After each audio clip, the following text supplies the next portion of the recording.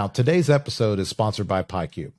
PyCube is committed to providing you and your team the ability to save precious time and money in locating those pesky assets, such as IV pumps, telemetry boxes, utilizing RFID technology, giving you the tools and the ability to succeed whenever we're trying to track down that last item for any inspection interval, or maybe just handling asset management in general.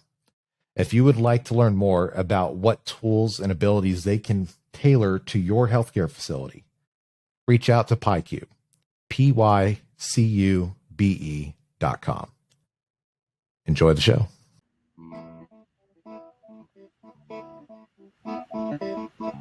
Bearded Biomed.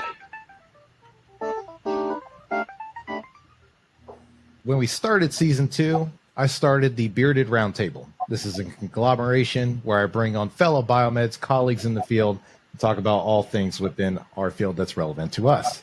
So to start off, Andrea, if you'd like to get us started, just if you could, tell us a little bit about yourself, your background, and we'll get the ball rolling. Sure. Thanks, Chase, for having us on.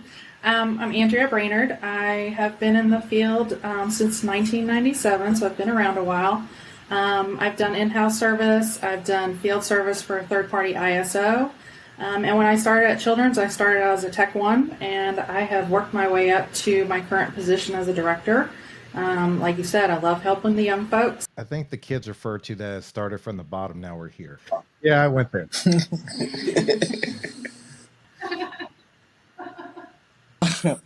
Well, I'm Jennifer Vasquez. I've only been in the industry about 8 years, so I'm one of those young people most people keep talking about.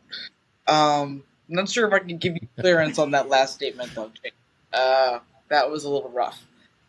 But currently I'm employed with Cawthorne Healthcare. Recently looking forward to a transition within the company. And I've been around quite a bit. I've served third-party ISOs, done rental, done field service, been in and around in the short period of time that I've got. So even though I'm a young buck, I've been around. Yes. At least. Thanks for having me, Chase. Well, I started in 2006, graduated from Texas State Technical College in Waco as an in-house biomed with Aramark through St. Joseph's Regional in Bryan, Texas. I did that for 10 years and then ventured out into field service, working with Ultimate Biomedical Solutions. I started as a Tech 2 and worked my way up to manager.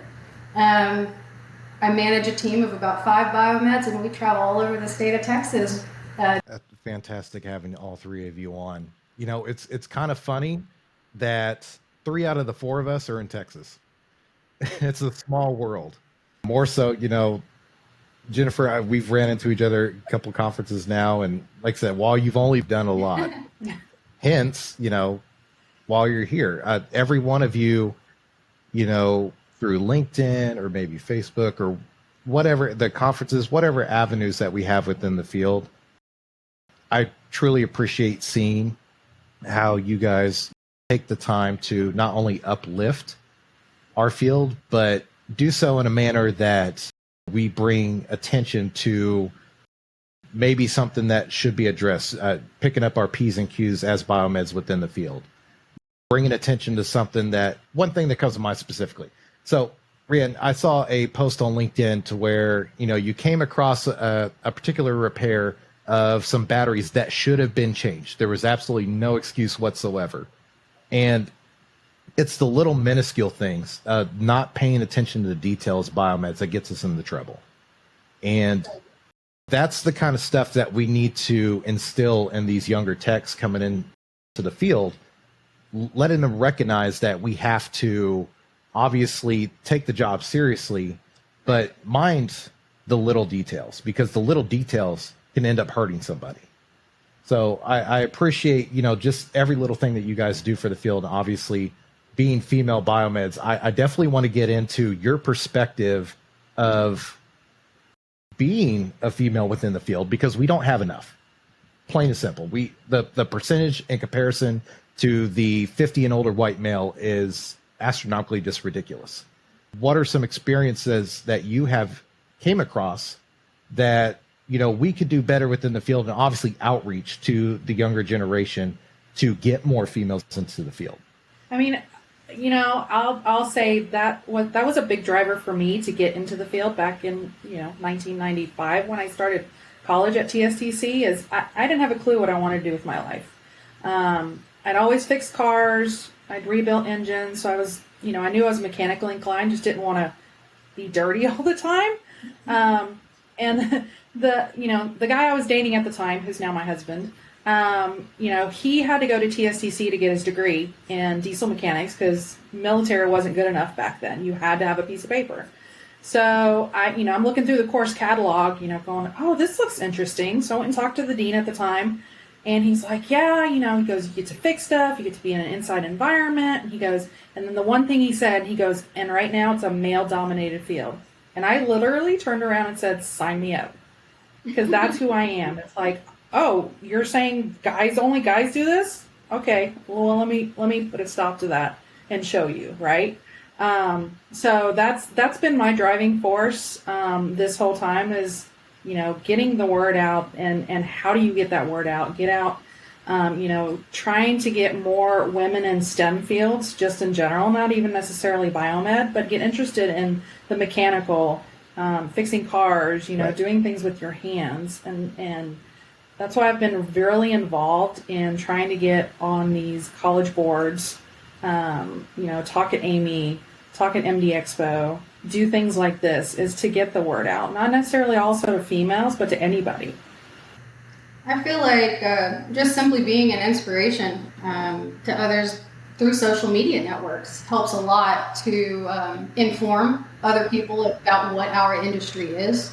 There are a lot of people out there that still really don't understand and grasp what a biomedical equipment technician is. So the more we can share our knowledge, and I can put little photos and little snippets on LinkedIn, the more people I can draw in and say, oh, wow, that looks like a really fun, cool job or career. And, honestly, just through the social media works that I've been doing over the last 4 or 5 years on LinkedIn, I think I've recruited about 7 biomeds, and 4 of which were women, which is super exciting. I'm seeing a lot more women come into the field, and it's really not a scary field. It's something that we are all trained and capable of doing. I'm not. I guess I'm of the older generation, Absolutely. so I'm not. I'm not out mean- there. But I love seeing your posts. I'm like, wish I could do that more. Granted, I don't turn wrenches anymore, but I love scrolling, and I'm like, oh, there she is, and it's like they're great posts, and I appreciate you doing those. I think it's great. Well, I think it's pretty neat. One of my my new hires, that she's been with us for about a year now. She came to me and went through school because she found out I was a biomed while we played roller derby together. So we started as roller derby teammates, and she saw me go to the games in my ultimate biomed field service vehicle, and occasionally I'd have to take a phone call to go fix a piece of equipment at halftime and then come back to the game, and she thought that was really cool. So she got into school, and she's been killing it out here. There's not a thing that she doesn't touch that she's not afraid to tear into and explore and ask questions. How does this work? And and it's all about just getting up the courage to accept the challenge and go out and look at the issue. A lot of times the problems are not that difficult to repair with our critical thinking skills that we've learned, and the knowledge we've gained over the years. I don't know. When I first got into the field and exposed to it, I was exposed when I was in high school. And it was through a research paper that I pretty much signed everybody else in the class to take. Because I didn't know what I wanted to be either. And my teacher was kind of noticed that I was kind of disappointed I didn't end up in medical class. That was like a couple buildings over. And I was stuck in engineering, and I'm like, well, everything that you're teaching me is like mechanical, or something that an architect would take more advantage of. And he's like, well, I mean, there's engineering within the medical field too. And I'm like, really? I called him out on his bluff. Unfortunately, he was actually speaking truth, and that's how I ended up being pre-exposed to it. That was still in times of MySpace, believe it or not. So I know I think I just dated like everybody in this room. It's really funny that we all kind of have where the job kind of fell into our lap. Like we had no idea, and then someone just lets us know about it, or we learned from somebody else, and it's that's the it's almost, I don't want to say it's the wrong answer, but every single biomed I've spoken to on the show, at conferences, on the job, it's all I found out from somebody, or it's never, it's still not well known. Hence the podcast and what Amy's doing, and what Justin Better Biomed and other channels, and Rhiannon, we're we can get accolades and taps on the shoulder, but so we can promote the field to get people in the seat and interested, because a lot of people would find this field rewarding. Hence why we have so many people that are willing to talk about it. That means something. I Jennifer inspired me. I am heavy on TikTok right now. There is a bearded biomed presence on TikTok right now. Little clips, and it's funny. I'm starting to get nurses chime in like, "You're not making this look good," and then they do like a eye roll smiley face, like they know what they're doing. So we're starting to get engagement, which is what I want. It's interesting. Um, we have obviously we have the conversation where we have so many issues within our field that are constantly addressed at every conference, at every Biomed Society meeting. What are some of the challenges that you guys recognize that obviously we could do a better job at, but do you perhaps have any kind of solutions to some of the same old thing? We have an aging workforce. We don't have the demographics that we need to have within the field. Don't have a pipeline of people willing or in awareness. The list goes on and on. It's been the same thing that we always talk about, but I would just love to hear your perspective on that. All of the above, yes, 100%. I think right now, I think across the country for everybody, I think COVID really let a lot of people retire early, is what I feel like. I've got 4 open positions right now with 0 resumes to speak of in the last month. And 5 years ago, that was not even the case. Like, resumes would come flying in. So, what's happened? Where is everybody right now? We're trying to create pipelines, but those are only as good as again trying to get the people into the pipelines. I don't know what. Well, even the military has a slowdown of biomeds coming in. I've spoken to the people that handle the numbers and work on the 68 Alpha curriculum. They said they have a slowdown on biomeds. So this isn't just biomed colleges and apprenticeship programs. This is field wide, and like you said, it's 50, 60, what have you. You start getting up there, you're ready to be on the beach, sipping Mai Tais. You did your thing. And the last bearded roundtable I had, the gentleman that we spoke about, we talked the industry standard for BMET 1, because when you have the apprenticeship programs come in, have we kind of pigeonholed ourselves a little bit with what we expect of a Biomed 1? Because if we're not putting in the time and the training and really the culture to invest in the Biomed 1, then how can we expect them to go to 2, 3, and then eventually take our job? There's kind of a I think a weird situation in our field right now where we're trying to almost not redefine what a Biomed 1 is, but try to find that place in which they can succeed. And then you got a couple on top of that. We have, like you said, the 5,000 jobs of current biomeds right now in the U.S. that can't find something.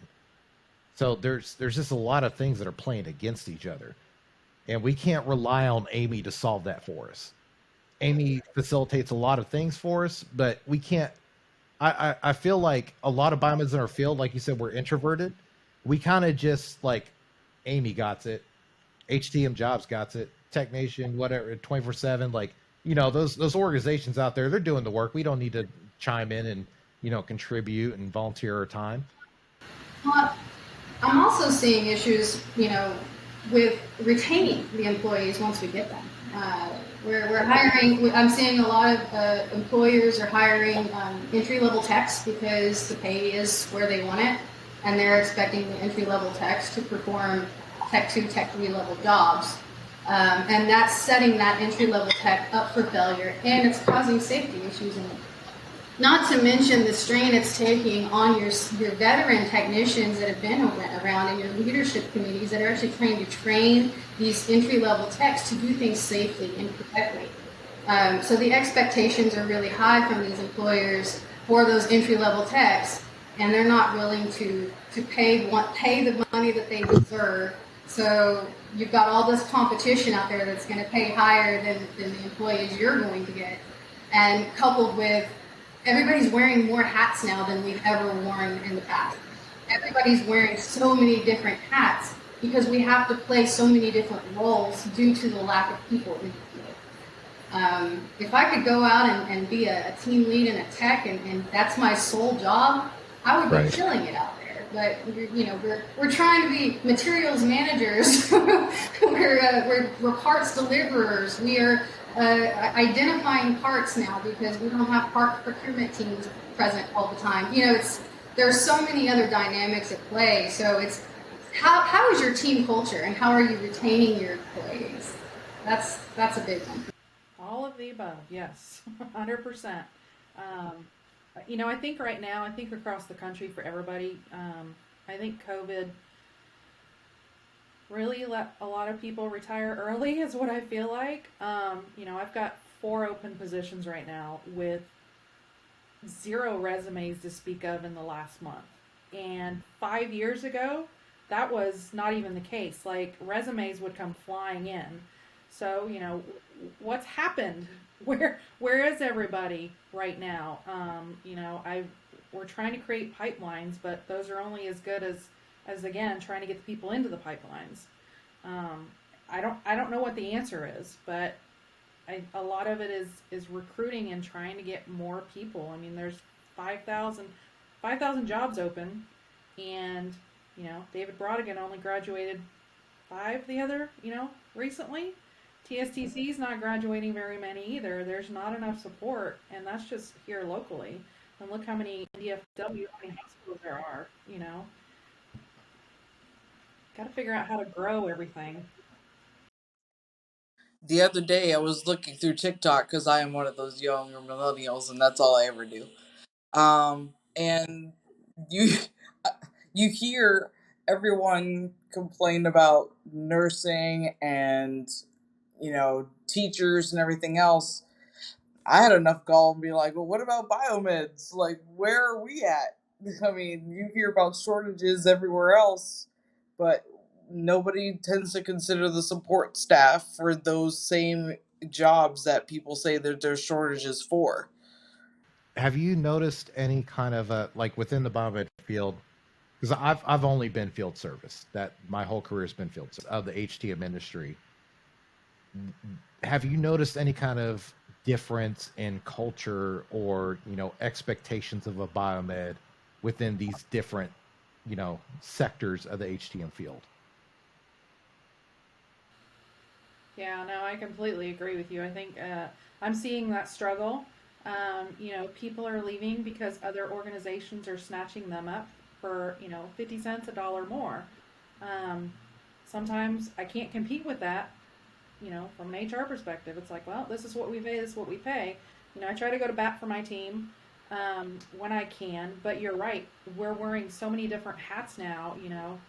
Project management, do more with less, and it's way different than when I started as a biomed tech. I was a biomed tech, and that's all I did. And even when I was a senior tech before I went into management, I was running projects. I was working on things that weren't even in my realm of responsibility. And I think that trend is continuing, and we got to make sure that hospital leadership and executives see that and give us the staff to where biomeds can be biomeds. People coming up in the biomed field, they're go-getters. Like, when you think about it, like there's people going after all their certifications. You got people that are, going after their diplomas, getting bachelor's, master's. I mean, there's a couple doctors out there with biomed degrees. Like, for instance, I'll see you'll on LinkedIn, I see, oh, she did another training. She did another certificate. Like she's, pursuing education. And that's one of the biggest things that I try to promote for anybody, within our field. Like our field is, like Andrea said, we're constantly getting new hats and new responsibilities and, new expectations that automatically just somehow, oh yeah, you're the biomed. This is what you're doing now. I've had so many people on the show. They're like, yeah, we used to be wrench turners. Now we're asset management. We're project management. We're cybersecurity. We're, handling the budget for justifying biomed work and, trying to consolidate. And there's just so many different avenues that a biomed has to pull in the position that hold the expectations of the younger generation truly realize overtake that work. Which, Andrea, I see you all the time. Like you truly, like in your heart, you believe in investing and putting in effort and growing the people under you, and that's what's so endearing. Yeah, no, that's my job. My job is to make sure that my team has the tools they need to get the job done, the tools they need to get where they want to go. But I get what Jennifer's saying. I mean, there's some people that have in my opinion, unrealistic expectations. They think they're coming in as a Tech 1 and they're going to be a manager in 5 years. Like, realistically, it took me, 15 years to become a leader. It's not an overnight, like, I'm going to be a Tech 1 and then I'm going to be a Tech 2 and then I'm going to be a Tech 3. And it's like, yeah, if you bust your butt and you prove yourself and you strive for that, you can be a manager in a short amount of time. But realistically, you've got to put the time in to make it there and to be successful. Otherwise, you're just, again, you're just stepping over somebody to get up the ladder to say, oh, I'm a manager and I did it in 5 or 6 years or whatever the case may be. But that's not a realistic expectation. You've got to put the time in to learn the skill, to become that specialist, to get to that point. I mean, it doesn't happen overnight, and I agree. That's where the younger generation, some of them, they work really, really hard, and I can see that, and I'm like, I push them, and it's like, yes, you're going to get rewarded. I always tell my staff, promotions are earned, they're not given. You should already be doing the job of a Tech 2 or a Tech 3 before you get the position, right? I'm not going to promote you and then say, okay, now I need you to be a Tech 2 or a Tech 3. You should already be proving that, hey, I'm doing all this, I'm getting the education, I'm getting my CBET, I'm taking on those responsibilities without having to be asked, and then you'll get rewarded with those promotions, and you'll move up the ladder rather quickly. Another thing too is you have to recognize, as a person that wants to move into management, are you aspects of that? When I left the military, I had moved up to sergeant. I was running a 15 technician shop, and when I was trying to come into the civilian world, I had to humble myself really quick because I realized that I didn't know a damn thing. I came out, the equipment in the military is very antiquated. It's not in the civilian world whatsoever. And it was almost like a reschooling. I'm going to have to start from the bottom again. 5 years later, here I am. I'm in a management position. It is what it is. But, it's putting in the work, the effort, and, the people that want to be leaders, you will eventually lead. Leaders are almost, I can't remember who said it, but one of the greatest things that a leader can be is a servant to the people that are under them. You know, you are putting in your time, your effort, your energy, and all of your assets to make the person that is under you, when they eventually take over for you, better than you. Because you have all the experience, the knowledge, the wisdom that you have accumulated over your time of being a leader. And when you transfer that over to the person under you, they should have that and add it to more. They should be more effective, more efficient, possibly, you know, a better, stronger leader than you were before, if you're doing it correctly. I had a question for Andrea as well. So when we come to, let's say, training our biomeds, struggle to get approval for training on any kind, you know, let's say like a specialty modality or anything for our techs. And, you know, we have, biomeds have to justify everything through numbers, through budget, through, you know, cost incentive. And it almost becomes painstaking at times to where you have to invest in your tech. But let's look at it from a perspective of, all right, let's say you had to step out, or Rhiannon had to step out, and you needed somebody to take on that endeavor while you're off doing whatever, you know, maybe it's PTO, maybe you got COVID, perhaps maybe, you know, you just need somebody else to facilitate that need. And I think there's another issue within the industry as well, is like biomeds almost have to justify their means more than some other departments, partially because they don't understand of the benefit that, you know, investing in a tech, getting that training might be. Have you guys experienced this? Like, am I the only one, or? I will say I'm very fortunate. I think I've raised HTM where I work to a different level than where it used to be. So I will say I'm not the norm. I have executives leadership ear, if you will. We get the training dollars. If we lose people and I need to train them on a modality, and it's, especially if we're talking life support devices, there is no question, there's no justification. Get the training. Again, I'm not the norm, as I know other organizations are like, you know, zero training budget. I might not have a budget, but if I need to send somebody to training and it's justified, and I tell my leader we need this, it gets done. So I'm very, How have you very not fortunate found in that aspect. That sounds like a good place to be. So I have 3 open positions, remember. All right. Well, I'm going to give you an opportunity to plug. So, what positions for what facility are we looking to fill at? Because, like, that's the kind of environment where a biomed can grow and prosper. So I have 2 Biomed 3 positions open and a Biomed Tech 2 position.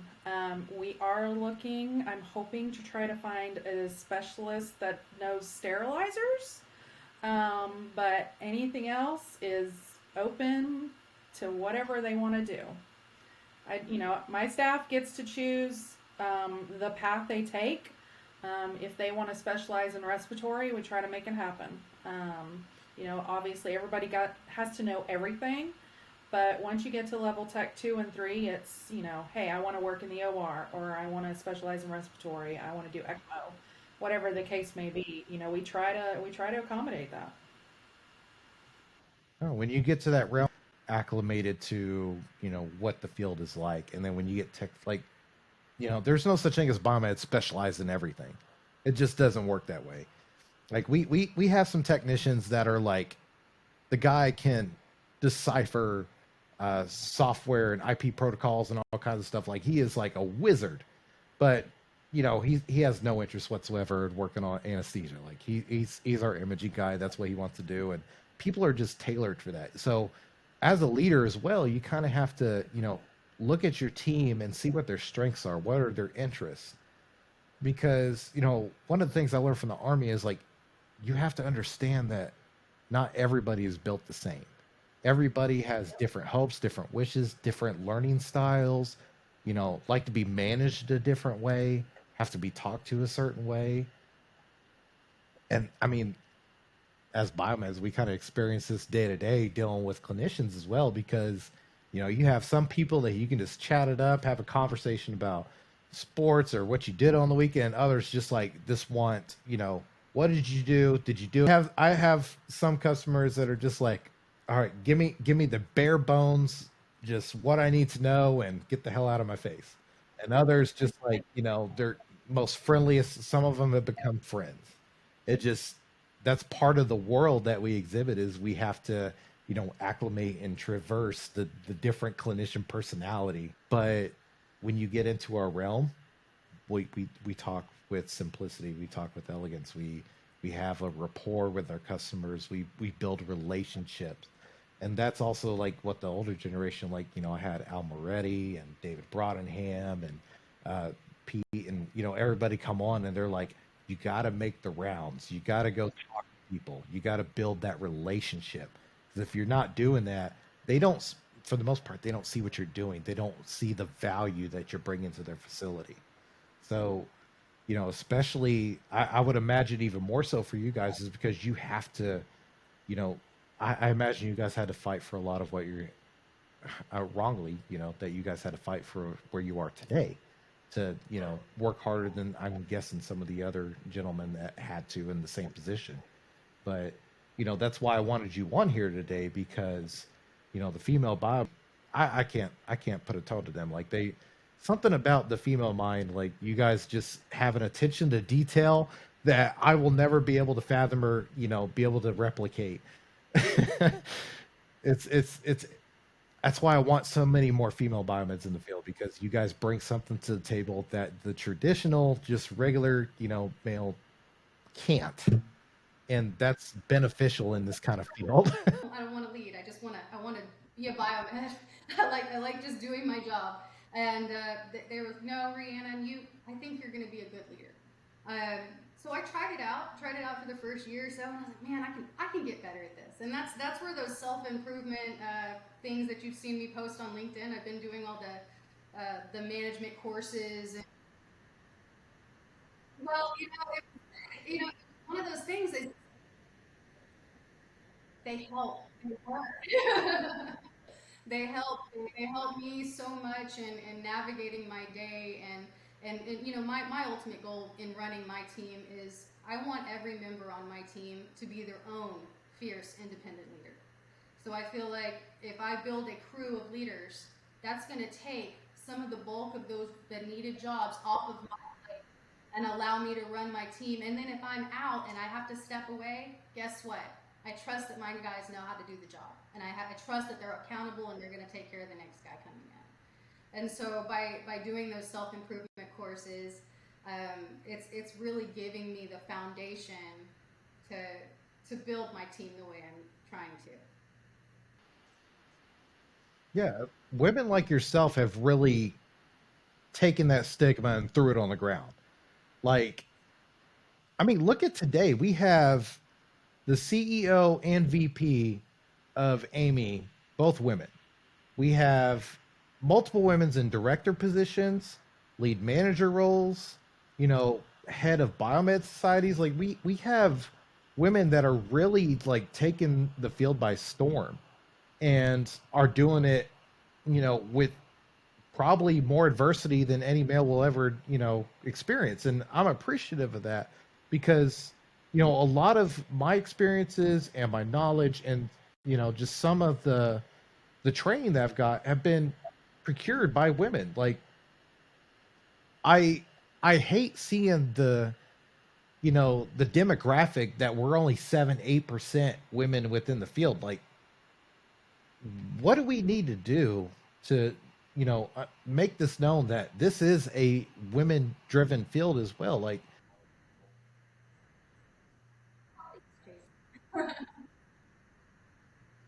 Well, I gotta say, you know, my first 10 years as an in-house biomed, I can say that I did feel like I had to work harder than every person in the room to get the same type of respect. But that was under a different leadership. You know, once I got out of that toxic work culture and got in with a good company, then I started realizing that it's women in this industry, they can be treated the same way as a man. There's no man or woman. I don't feel like we should break it out like that. Just be the hardest worker in the room, and you have nothing to worry about. And be consistent in what you're doing every day, and bring your A game, even when nobody's looking. And one thing I try to do is lead by example, because those technicians that are working underneath you, believe it or not, they're looking at everything you do. They see you take a shortcut, that's going to encourage them to take a shortcut. And as long as you're doing your job consistently well, you're going to move up the chain just fine. And don't worry about what anybody says, male or female. Just do your job, and you're going to be fine. Yeah, no, I agree with you 100%. I mean, back when I started, I think there was some old way of thinking. Guys that when they grew up, it was a woman's place to not work, and they're meant to be housewives. So I had some of that leadership when I first got into the industry, where it was very much like, this is not something a female should be doing. And so that just made me prove myself harder. But when I got to a spot where I had great leadership, it didn't matter that I was female. It didn't matter that I was in my 20s. It didn't matter that I was trying to start a family. I was a good technician, and here I am, And I think that mentality, everybody's like, oh, women in HTM. Yes, women in HTM, but I think from a respect and how hard we have to work, I think a lot of that stigma, at least I feel like, is not there anymore, if you will. When I 2006, 2006 to 2016, I did experience it. But it was all about that leadership crew. I mean, not every biomed department that you get into is going to be the same. But I could see that stigma. I could see it 10 years ago. I'm seeing a lot less of it now. I'm seeing a lot more women get into the field, and it's super exciting for me. I want to help empower. I have. So she's shy, but I'm gonna plug her. I have a technician named Daisy, and she's only been in the field a year and a half if you count the training. And from the moment that she started with the company, I can see that she loves doing what we do. She may not have the experience with getting the training, knowing how to work on everything. But the fact is that I can see in her eyes that she cares. Like, this is important to her. And that's what I want to see more of in the field, because I've came across technicians to where it's just a 9 to 5. They do what's required of them, and that's it. And as long as you're doing a job fine, you're helping patient care, patient safety, more to you. But I want to see more of in the field where people are passionate, where people take pride in the work they do. We don't get a lot of the acclimates and the pat on the backs that most other professions do. I mean, when you think of like COVID, when that whole spurted off, it was new segment after new segment after new segment of doctors and nurses and all the troubles they had to deal with, and rightly so. They bust their ass. I have so many friends that are nurses that do incredible work, but not one word across national media ever mentioned a Biomed. Having us come in, at odd hours to ensure that these ventilators were ready for service. The companies that were out there getting these ventilators built to ensure that we can get out to the populace, to ensure that they have enough equipment to even support patient care, or the people doing their repairs to get, maybe out-of-date modalities or, equipment that has just been sitting there getting it up and ready to go. Because, when COVID hit, like, it was all biomeds on deck. Like, this is not the time to play. Let's get out there. Let's make sure everything's ready to go. And, I just want to see more of the field in general, the female biomed as well, because I want to get more people interested in the field, hence the whole podcast in general. And I appreciate what you guys are doing, to obviously promote the field and, inspire the people below us. So we're going to get into some segments for the show, and hopefully y'all will have some fun and I don't cause you too much PTSD from this experience. But the first one is, So this is one segment I'm going to start. We all have had issues with right to repair. Obviously, some people can speak to it more so than most, but I put out a feeler for people in the field to write in and give their experiences on a particular circumstance that we all are feeling in one way or another. Obviously, in-house field service, even OEM technicians, we all are dealing with right to repair in our own way.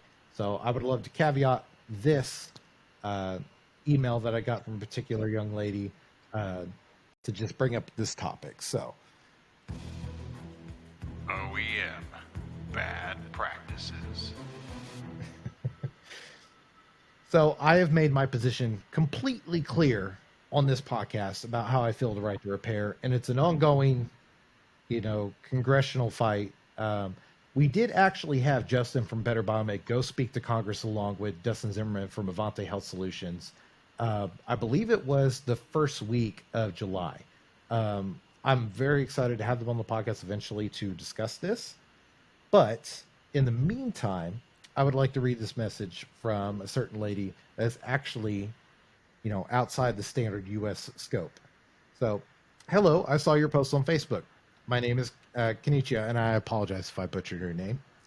I am a biomedical engineer on the queue that I have experienced by OEMs or distributors of OEMs is not releasing the technical documents when equipment has been purchased so they can be properly calibrated on site. They keep the technical documents, and instead of offering service and maintenance contracts, I think this is very unfair when there are persons who are trained and competent to perform calibrations on equipment brought. A GE Care Station A1 was recently brought from the factory, and the unit came with modules, etc., but no technical manuals for calibrations procedures. I feel very disappointed about that aspect currently within the field. So she hit on a couple little things there, and I think there's one thing that we definitely need to bring to the forefront. Whenever you're working with an OEM to bring in a new piece of equipment, all of your power as the biomed department relies within the contractual phase of, building that contract. If you do not make your voice known and raise your concerns to hold the OEM to provide training and technical documents and everything during the, pre-agreement phase, then that's not going to happen. You have to negotiate that into the phase. And Andrea, I'm sure you probably have a little experience in this space as well, being an in-house director.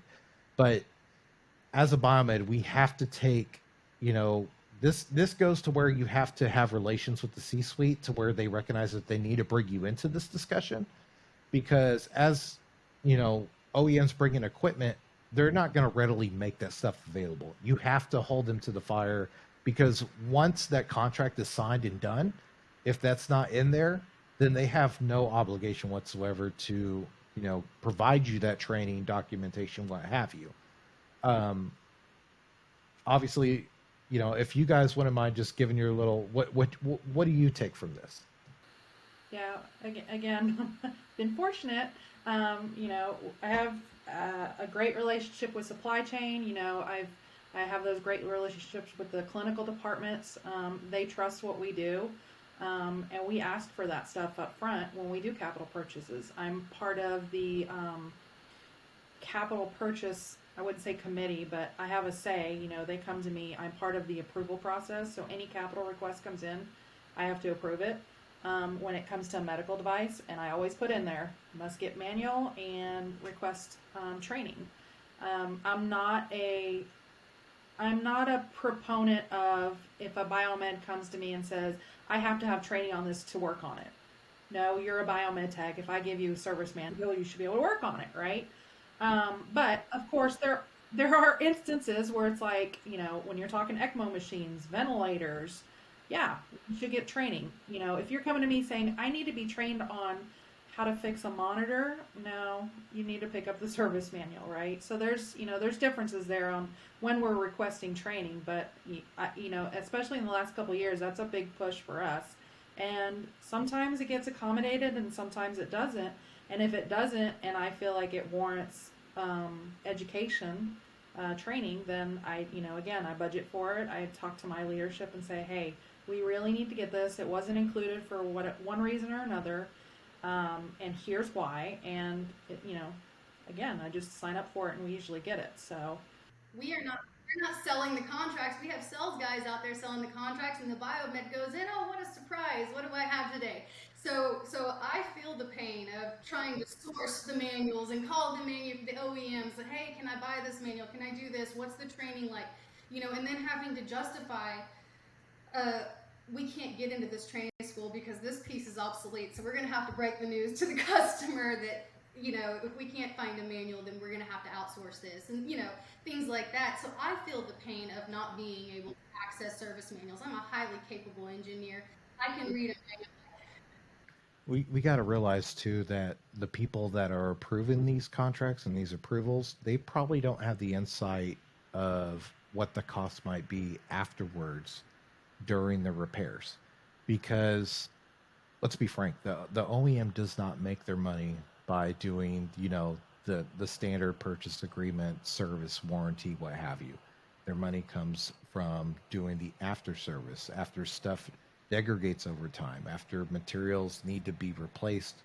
When you start getting into anesthesia PM kits, and you think of what like an OEC CR, high voltage cable and stuff like that. Those kind of repairs can get costly really quick and put a facility on their toes, and they're not going to think about that. So that also goes back to the biomed. Whether your voice is heard or not, at the very least, covering your butt to raise your concerns for this and requesting you getting that material. OEMs aren't going to relinquish their power and their ability to, chop into their bottom dollar. At the end of the day, they are a business. And, we have technicians out there, biomeds as well, that are specially trained in working on these things. But my concern with when we get to the whole right to repair, which I'm not going to ask you guys to go into this because I know everybody has their own kind of political theater we have to abide by. We have to somehow navigate the FUD being put out by politicians, lobbyists, OEMs, media sources, and somehow voice our concerns as to your only solution is being contact the OEM, pay whatever price they tell you it's going to be, and have a nice day.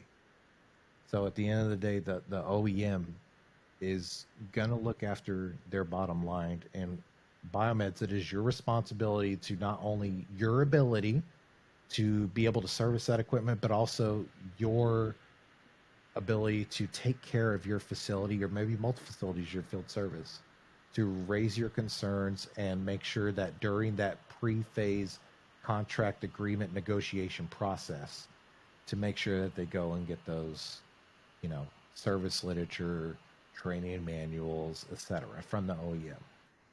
Well, we usually have our value analysis department also, look at, I ask the question, okay, they want a service contract. What's time and materials? Are we replacing a like equipment? Is this something we've already had? What's the service history on that?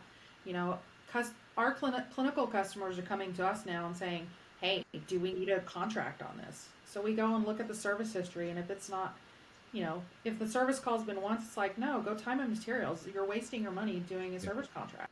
Yeah, they'll make you a hero too as a biomed. Be like, if we go time materials, you're cutting this much expenditure from the budget. Yeah, and boom, like that. You're it's like, about earning that trust with your clinic, exactly. With your customers. It's one bad thing, and it goes out the window. But you earn their trust, and they will come to you and ask you for your expertise. You are the expert on the equipment. And we have to conduct ourselves as such.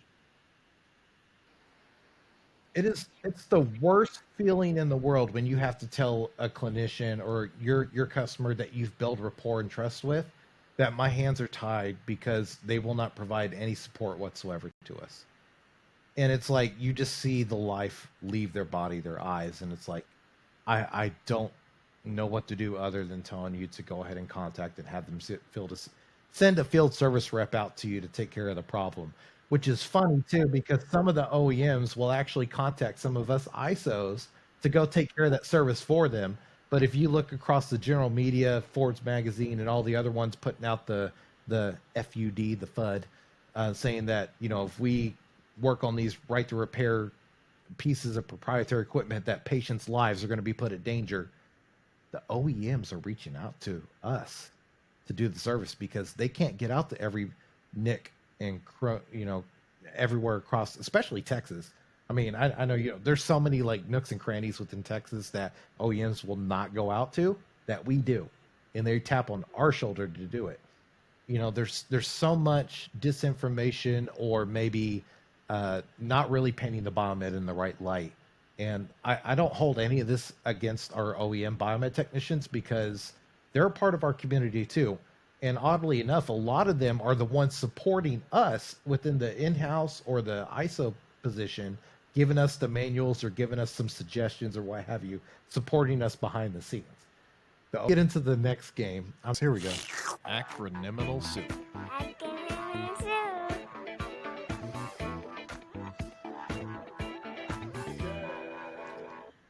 Now, if you're curious who the little kid's voice was, that was my nephew. It was really funny trying to get my aunt to get them to record that. It was probably about, I think she sent me like 50 tries, but we got it down. He's a star in the making. So during this segment of the Bearded Biomed acronyminal soup segment, I'm basically going to give you some acronyms that are relevant to the HTM field. And I'm going to challenge you to guess what those acronyms might be. Needless to say, now for those of you listening or watching, these are acronyms that will definitely benefit you taking the CHTM exam, which I just completed, which was a pain in the ass. But nonetheless, first one is HTM. Whoever can answer. I'll put you on that one, Andrea. 1 point for Rhiannon. JC. The Joint Commission. All right, we're tied up. CMS. Centers for Medicare and Federal Okay. Emergency Management Agency. No. This one was one of the ones that stuck me up on the test too. Well, obviously did me too.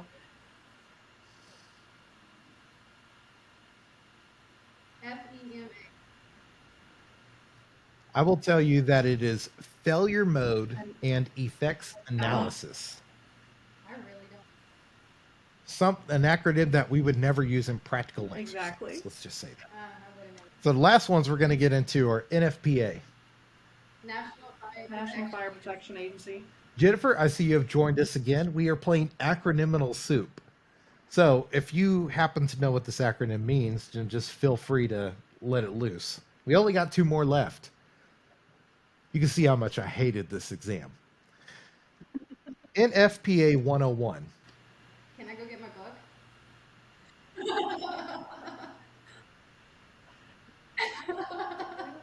I really don't. I have to go get the book. So this actually does fall under that. Is NFPA 101 is life safety code.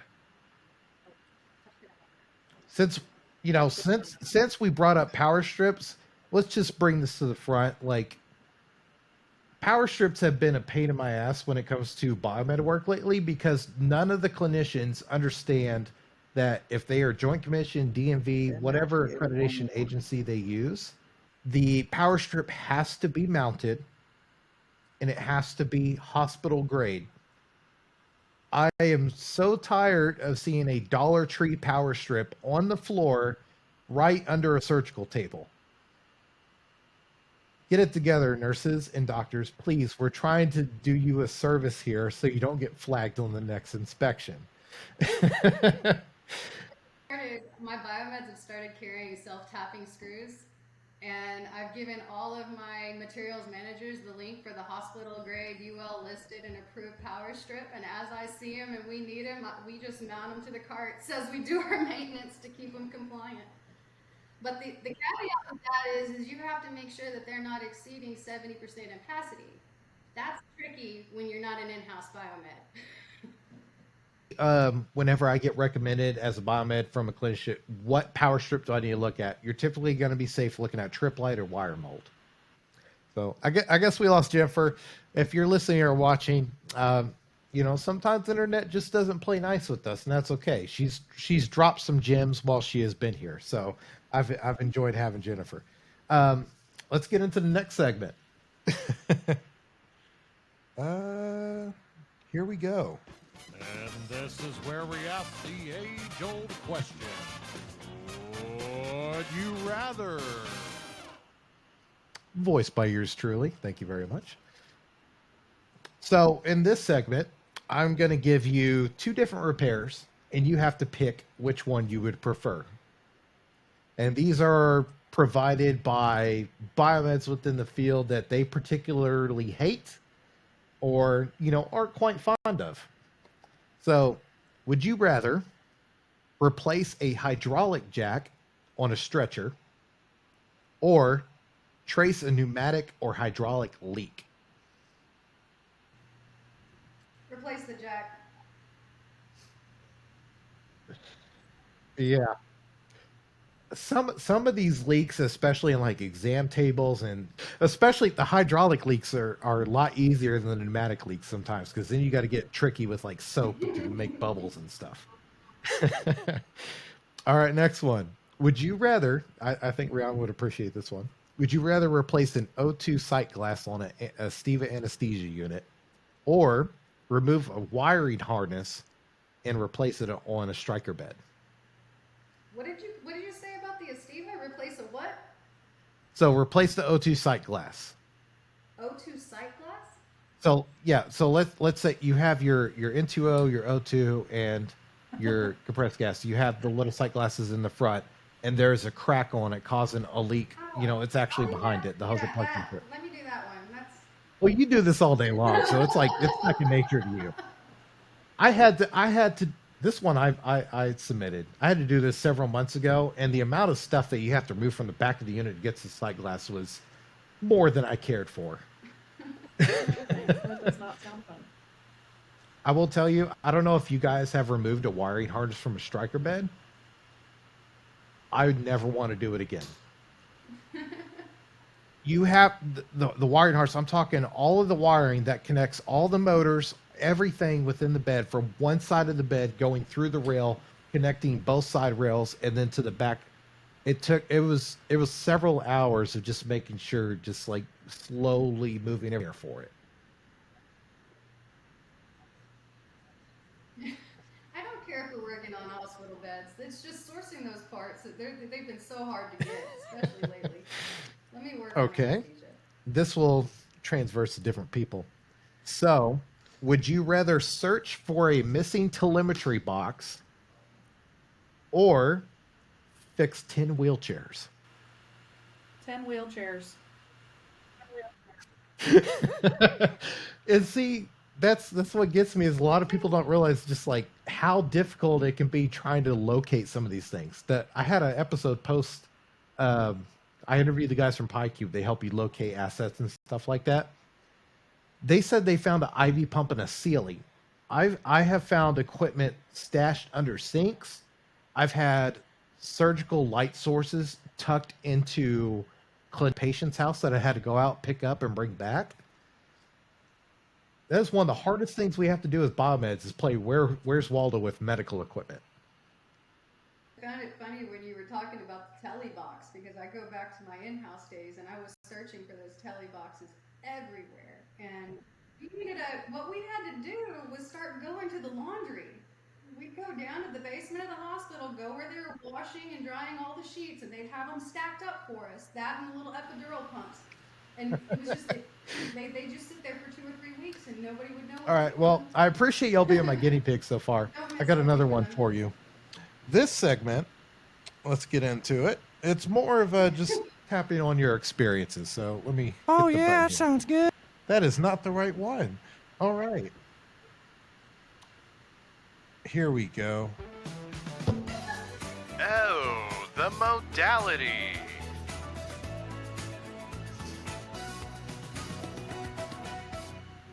It's really interesting what you can do with editing software. So older modality, basically, I just want you to give, maybe a repair, an in-service, maybe a biomed practice you've observed, just something that remains in your mind that you can tap on, that you'd like to share with everybody. Maybe a particular repair that just either you'll always remember, maybe scarred you a little bit as a biomed. This is a safe space. Feel free to share. I've got a story. It scared me, and it stuck with me all these years. There was a code in the CVICU, and at the time I was the only person responsible for ECMO machines, and I got a call that says the ECMO machine stopped working, and the kid's coding, and I'm like, oh my gosh. And at the time, we needed 5 people to transfer the patients to a different pump. Somebody had to lift so the pump stopped working.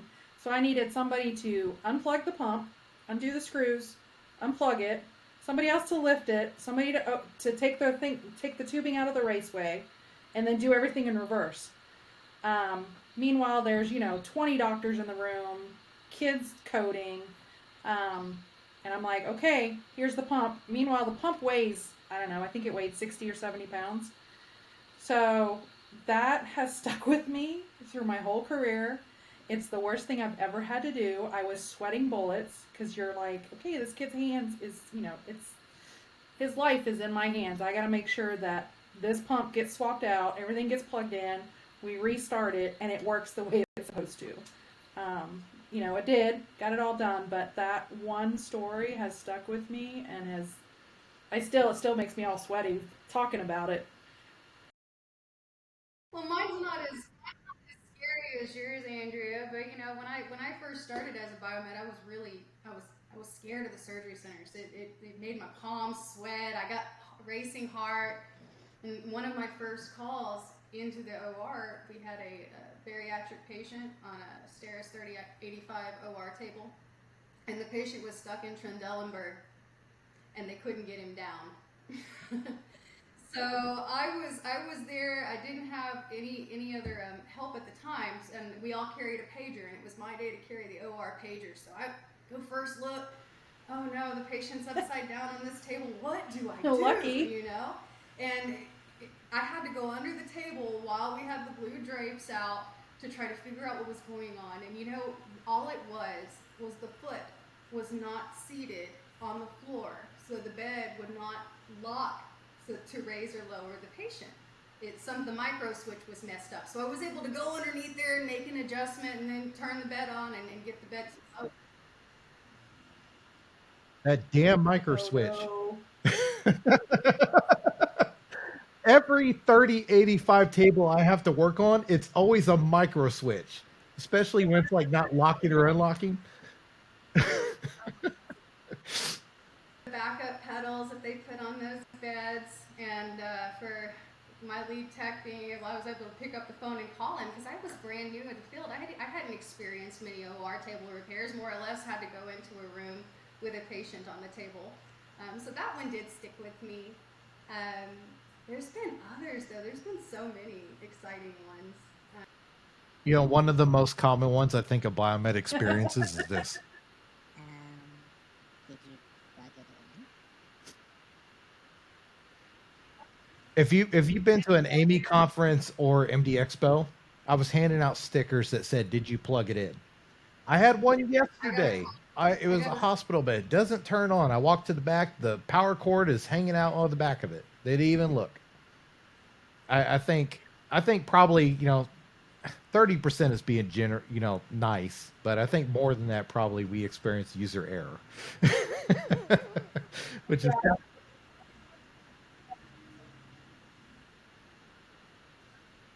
Well, that's why I have the stickers, so people that can, put them on equipment, and it might just remind a clinician to plug it in. Yep. Did you plug it in? Yeah. I've seen that. Yeah, they're like, we have it plugged in, and then you trace it to the power supply, and then it's unplugged. Oh man, we had I'm sure we've all experienced where it's Yep. it's blood pressure monitors and IV pumps. If it's a call, it's usually because it hasn't been charged. Because usually these things are being run from room to room, transferred Yeah, here and and how do there, you and they tell don't, the clinician in a have the nice way foresight that to plug it in. you But haven't plugged it you know, in? to be fair, they're more concerned with the patient care. So, I give them a little leeway, but sometimes it's like, really? We just had this call.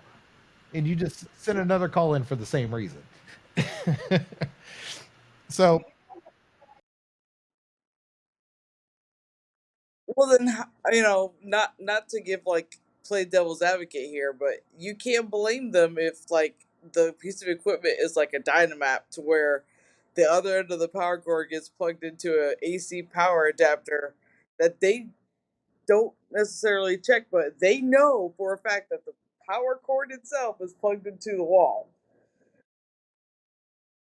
Do you guys ever run into to doctors that like to repair their oh equipment? yeah, the ones that claim to be biomeds. I've came across some of Oh those. yeah. So we had a C arm one day that somebody called in. Their C arm isn't broken, and we went out and looked, and the doctor used a soldering iron, and there was a big gob of soldering iron on one of his solder on one of his boards. It was a $4,000 to repair. It ended up being. I imagine most of He us tried have to a do the soldering repair iron, but himself and save some sometimes, money, and ended up a having to little is call us out. enough. So we run it. So the final segment that I got for you guys today, it'll just be simple. It's not a game, it's more of a question. And let me hit that button. Let me see here. The problem with this fancy equipment I got is there's so many buttons. To be or not to be? Basically, to be or not to be, I want you to think of any type of medical device. Now, take the function of that medical device, and that will be your superpower. Now, I premiered this question last episode, and the first thing that came to the gentleman's mind was bladder scanner. I don't think anybody wants that power. So I would encourage you to dig a little deep because, biomeds are inherently a little nerdy, and we, can kind of think of different equipment that think of like a X-ray or a CT, and you can see through things. There's a lot of different avenues you can go with to give you a superpower. So I'm curious what your superpower would be.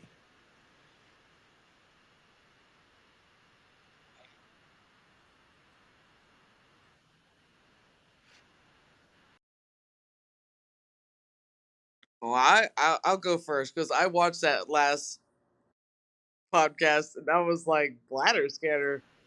So to be able to detect somebody has to go to the bathroom. Like It could be a really powerful, ability for a retirement I home, guess maybe. so. I was like, well, my first immediate thing was, and then, well, what then would be your superhero name? And that just it like issued a can of worms for me. But I would think more on the lines of a contrast injector.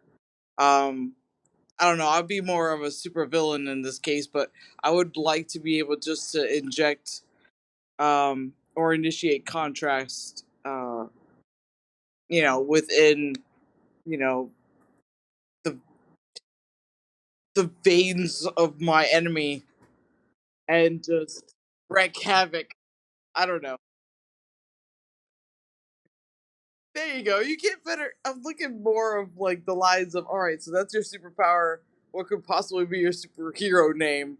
Yeah, you get a much better outcome that way. Okay, so bladder scanner's out. I would highly encourage you don't pick a Neptune.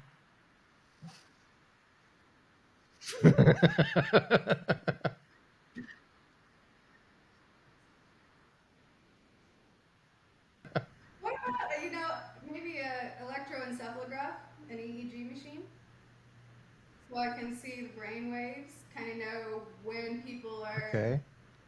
are having anxiety or stressed or when they're calm. I don't It's know. almost like having Maybe the ultimate emotional wavelength to see what right. people are feeling and thinking. Yeah.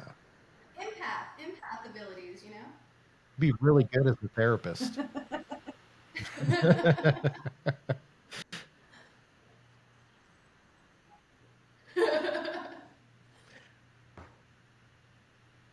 What about you, Andrea? I don't know. I'm like drawing a blank. The first thing that came to mind was ultrasound. Again, kind of like the X-ray thing. It's like, okay, you can see, you Right. can see people's hearts and see them beating, and you know, what's Well, see, what's cool about that is if you could see somebody's heart and it starts beating really fast, you know, if maybe they're lying or yeah, they're or they nervous like when you you, bump into them. it's like, oh, he's kind of cute. Exactly. See, that's why I want to get biomeds doing this because like we're so nerdy. We think about this crap. Like mine, I would have a defibrillator power. I could discharge electricity. I maybe a cautery unit. You could literally have like a plasma knife ability and like cut through stuff. And fun fact, you're talking about defibrillators. When I played roller derby, we had a convicts versus top game, and I went by direct current. That was my roller derby name. Check for pulse. Well, when I played my convict game, I was my con. I was what was I? I was a jewel thief, JOULE, and my roller derby number was 200 milliamps. Okay, that's pretty That is nerdy, and I very like it. nerdy, isn't it? I was a jewel thief. I brought it all in. It was fun. So I can relate to your defib. Oh my god. uh well, I have had a lot of fun having you ladies on today. I This has been almost like a bucket list thing for me to have like really three, you know, women biomeds that are making a stake within the field and just top camaraderie and the communication within our field that I think really if people invested in it, we would really have something very powerful.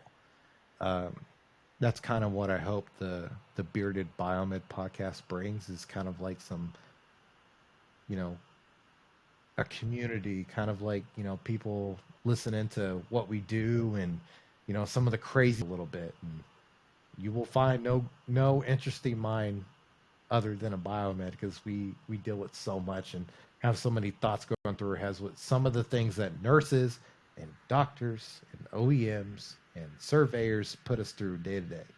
But we love doing it, right? Like I love my field and this is the only thing I can think of ever doing for the rest of my life. That may not account for everybody, but I imagine y'all feel the same. That and I have no other skills, so might as well stick with what I'm Yeah, decent at. anytime a piece of medical equipment, pops up on the TV screen, my husband just Okay, I'm not. don't even say it. Just don't They're even say not it. using it right. No, because I'm like, that's so either it's fake, it's dude's almost dead, but he's got a perfect heart rate. It's like, oh, that's non-existent. Oh, that's been phased out. He's just like, just don't even. Okay, seriously, I've told so many people if we had a TV show that was Biomed TV show, and if I could have a part in somehow getting that off the ground, I would die happy knowing I accomplished something. Because we've had like House and Nurse Jackie and MASH and all these nurses. Can you imagine a Biomed TV show? Like On demo mode. I'll die tomorrow knowing I accomplished something if I got a TV show launched. Because I Chase, for reading your post when you posted that on LinkedIn, and I read one of the individuals commented and said something about Scrubs, and I was like, yes, we need one of those comedies. Hey, yes, a Scrubs like Biomed show where it's funny, but you learn something at the end that's wholesome and family. There's a Yep. way to attract new Exactly. talent. Dun-dun. People want to go into the nursing, I think this is a anesthesia. great job posting People your want to be show. anesthesiologists, radiologists, nursing, medical admin because of shows that uplift that kind of profession. So it's just one of the things in my back pocket that hopefully I can make happen someday. Because like Andrea, I can always just sit there and talk about Okay, you see that piece of equipment right there? I work on that. Or that thing's not been in use for like 20 years, or they're not plugging that in or using it correctly. Oh my Exactly. God, we use those in college. That's what makes the field so cool is we have kind of like almost like a secret idea of stuff that's in the medical field that other fields or regular people wouldn't look at, that we automatically draw to, with medical devices, and they're like, I know this, you don't know this, so I'm going to tell you about this. And then they get annoyed that I mention it. I'm talking about my wife. She gets tired of me bringing up medical devices on TV shows and movies and such, but that's part of the fun. That's part of the community and everything we have. So, I guess before we cut this all off and everything, for the biomed field, what is, I guess, a word of, I don't want to call it a word of wisdom, but what's something that you have experienced or taken while being in the field that you just want to relate to your fellow colleagues? Because I think we all benefit from the sharing and exchange of knowledge and experience day out. One thing that I've learned is that if you do the job right the first time, you're not going to come back a second time for it. Measure twice, cut once. I've seen so many times where biomeds go out in the field and they're trained by somebody who maybe sort of knew the procedure, and they go and they just follow suit. So, and when you're just following suit and you're not reading the manuals and really trying to learn how to do it correctly, especially when you're first getting started, then you're not setting yourself up for success. So do things correctly from the start, and then you will have no problems moving forward because you'll be confident in whatever you do and whatever job and task you are sent onto.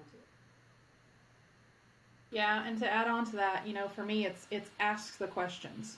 Don't just sit there and absorb it. That's a piece of it, but ask the questions if you don't know. Ask the questions if you do know. Ask the question, why are you doing it that way? Is that the right way to do it? Maybe that the person's taking shortcuts and you're like, I read in the manual this, so why are you doing that? And don't be afraid to speak up and question the person that's training you. What I was brought on and what I could contribute to when I first started, the first thing I was taught was attention to detail and great customer service. If you cannot achieve either, no, if you can't achieve either of those two things, you won't find yourself successful in this industry, or any industry for what matters. Because regardless, um, your integrity should always still remain intact no matter what you do. Even if you have to tell the customer that you just can't do it, it's outside of your realm to be able to do it. And being straightforward and letting individuals know, hey, I might be not be your solution at the moment, but I could at least get you to somebody who can get you the answer that you're looking for. Always be solution driven and not be afraid to put yourself out there, even if it means that you're just not the right answer for them at the moment. I cannot think of more three things that would make a biomed efficient and also successful. Did is what justifies a biomed's work. If people cannot lay eyesight on what you have done, and then also if you're not bringing value and humbleness and ingenuity along with understanding that as biomeds we don't know everything, but what makes us effective and different from every other field is with the training, the the community we have, and then the resources that we pull from, we can solve anything.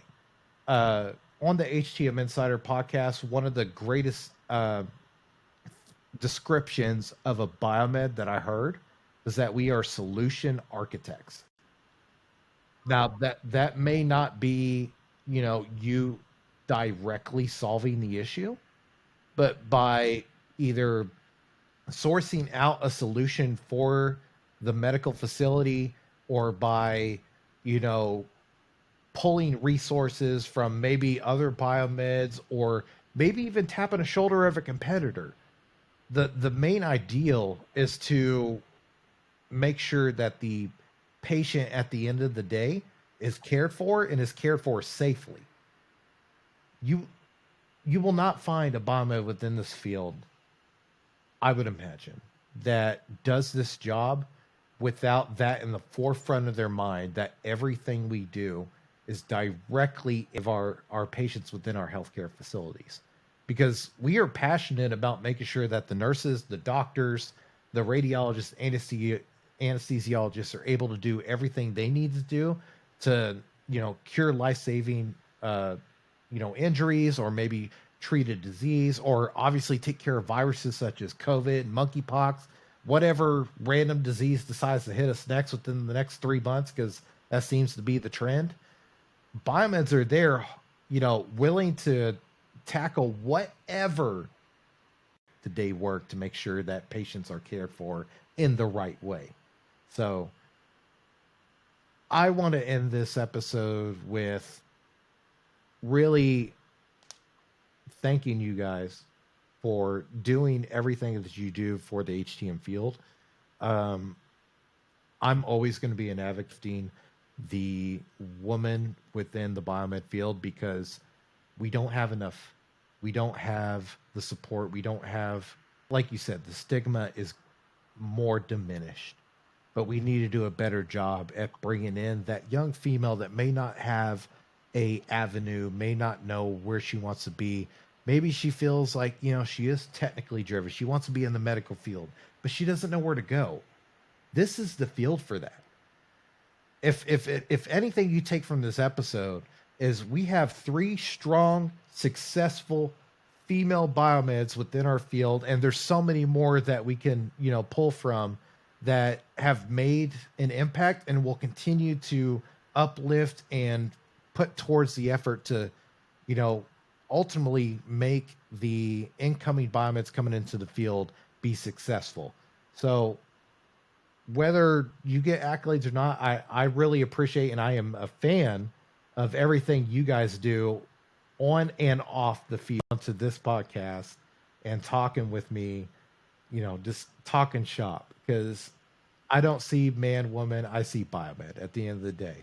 We all love what we do, and I love our field, and I love what it represents, and I love the camaraderie and the impact that we make, whether it goes unseen or not. This is a great. So thank great you thing very you're much doing. for being on. Any support I can be to each and every one of you and your teams.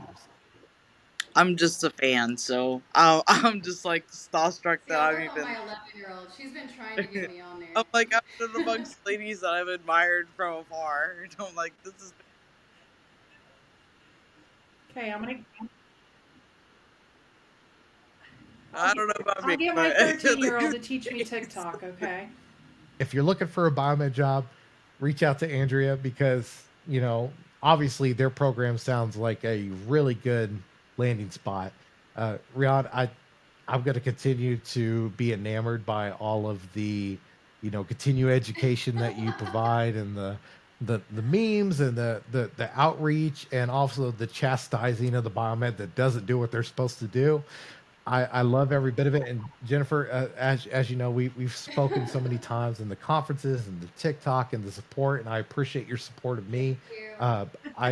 I really appreciate you ladies, and it's been an absolute pleasure having you on today. So this is probably going to be the longest Bearded Biomed episode, and I don't give a damn, because I've enjoyed every single minute of it.